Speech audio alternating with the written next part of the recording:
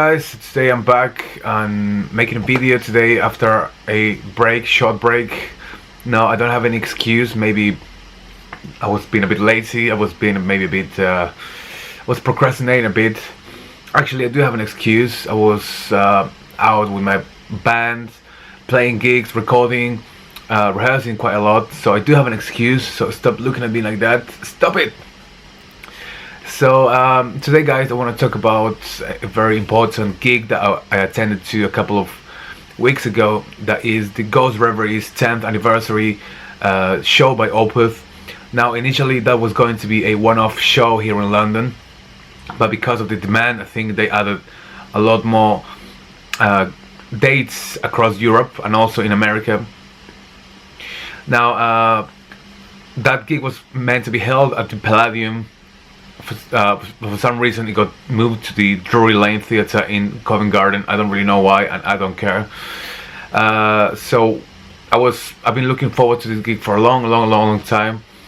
I remember buying the ticket when it first came out, when the general sale went online back in January 2015. So yeah, I remember being one of the first ones that bought the ticket, and I've been waiting for many months. I bought the meet and greet so I could meet the guys and also receive a bag of goodies. So meeting the band was a very special thing for me. You know, meeting the guys that I've admired for a long time. And yeah, Michael Ackerfeld is a very lovable dude. He's very chill, down to earth, very humble. They're all pretty humble, you know. They're the kind of people that if you met them on the street, you would never guess they are huge rock stars. Because they don't exude that, you know, egotistical side. You know, they're very much like anyone else, like any fan of music. I mean, that's what they are. They're fans of music, but obviously with a little difference that they made it huge in the world of music. That's a little difference, very tiny difference. So the gig itself was such a great success.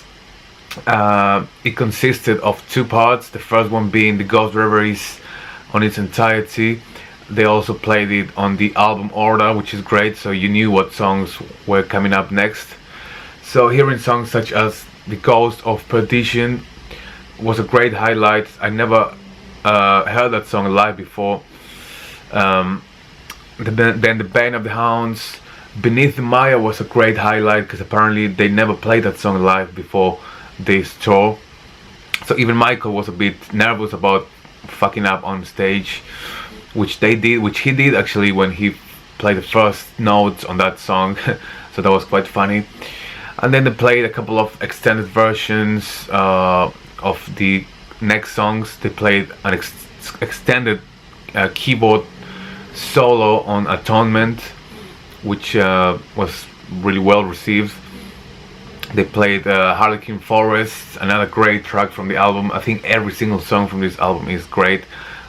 That's why it's maybe my favorite Opeth record of all time, and also it's amongst my favorite general records of all time. And then we have The Grand Conjuration, which is a song that went down extremely well. So much that at the end of it, people rose to their feet and started the ovation for the band, only to let Michael let them know that that wasn't the last song, that there was one more song to be played. And to be honest, that left me wondering whether everyone in the audience were real Opeth fans, or they went there just because maybe they had nothing else to do on a Sunday night. But it's really hard to believe that people who paid that amount of money, and also who either paid a lot of money through touting or, you know, bought the ticket well in advance, weren't really Opeth fans all along. So the last song arrived, the great Isolation Years, extremely well executed. I was really speechless watching these guys perform my favorite album right in front of my eyes, because I was right in front as well. I was in the VIP area. And then the second half of the show consisted of songs from earlier and later albums. They played stuff from Blackwater Park, Damnation. I was quite surprised they played stuff from the album. They played stuff from Watershed, and also from the last two records, Heritage and Pale Communion. So all in all, it was a great second set. Was a great addition to the meat and potato of the gig, which was the first half. Actually, if they only played the first half, I would have been quite happy anyway. So yeah, I mean, it was a great gig. A few days after that concert, I went to see Soen again, but for the first time here in London. I think this is the first time they played in years, so they were really excited about it. And I had a chance to talk to Martin Lopez again, who's becoming a friend of mine. You know, he's a very respected drummer in the world of metal. So I thought of Martin Lopez when I was at the gig. I thought how great it would have been to have him on stage, maybe, you know, as a special guest, maybe for a couple of songs. That would have been absolutely amazing. Unfortunately, it didn't happen. I still have a lot of respect for the new drummer, the other Martin. I think both drummers are great, but I still have this personal preference towards Martin Lopez, because the stuff he played on Ghost Reveries cannot be replicated, even though Axe did a great job playing those tunes. They don't sound the same, you know. He doesn't have that feel that the other Martin has. But anyway, it was great. It was an amazing gig. It left me speechless. On the other hand, there was a bunch of idiots right behind me. Actually, the whole audience was behind me. And why do I call them idiots? Because the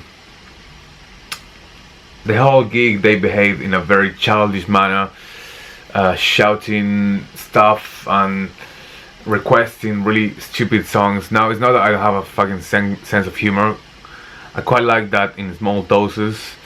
I think the type of performance that Opeth does kind of lends itself to that to that back and forth between the band and the audience. Michael October is one of the most charismatic frontmans of this time. He's a very unconventional metal frontman. If they're metal still, I don't think they are metal anymore. But I think going along with what Michael says and does is great for some time, but if you do it for 2 hours, it just gets a bit too tiring. And that's what happened at the gig. I don't really know why. I don't really know why people would pay all this money and then they just misbehave so badly. You know, I know this is not the typical Brixton Academy where you can just do whatever you want really during the gig and even between songs. And I do understand that, you know, gigs are social events where pin drop silence is basically impossible, and actually pin drop silence would be a very boring thing to witness. But on the other hand, we have these idiots that all they do is, you know, shout out bullshit throughout the gig, and it becomes very boring, you know. If it is done in the right way and in small doses, it can be very funny, and it is very funny. So the first 20 minutes I was really entertained by this kind of back and forth, this kind of stuff from the audience. But after that, it just became too much. And you know, when people joke, when people use and reuse and recycle the same jokes all the time, it just gets very stupid. Same as when a band plays double bass the whole way through the album, which I don't think that's ever happened, but maybe there are bands that have come very close to doing that. But that just becomes very unoriginal, and it loses the power of the double bass. Whereas if you use it at the right time, in the right context, then it doubles up its power. So the same thing with jokes. You know, I appreciate silence more than anything. People who know me know that. But when it's time to crack a joke, if it's done in the right way, it can become a very magical moment. So I don't know what these people were thinking of. They didn't ruin the concert because the concert was great itself. But I just wish next time they just fucking stay at home, because I don't think anyone wants to be around them. And actually there was a lot of people that seemed really annoyed by this bunch of rugby drunken dudes who happened to be at a Opeth gig. Anyway, maybe it was the change of environment that these guys got scared of. It was a very different environment. You know, if this gig was held in a different venue, it would have been completely different. You know, the way that I was acting, the way people were acting and reacting to the gig was something like this. Like, alright, sounds cool. As opposed to, yeah. So for those individuals that feel identified with what I just said, you know, don't fucking come to gigs anymore. Just stay at home, because we don't want you with us.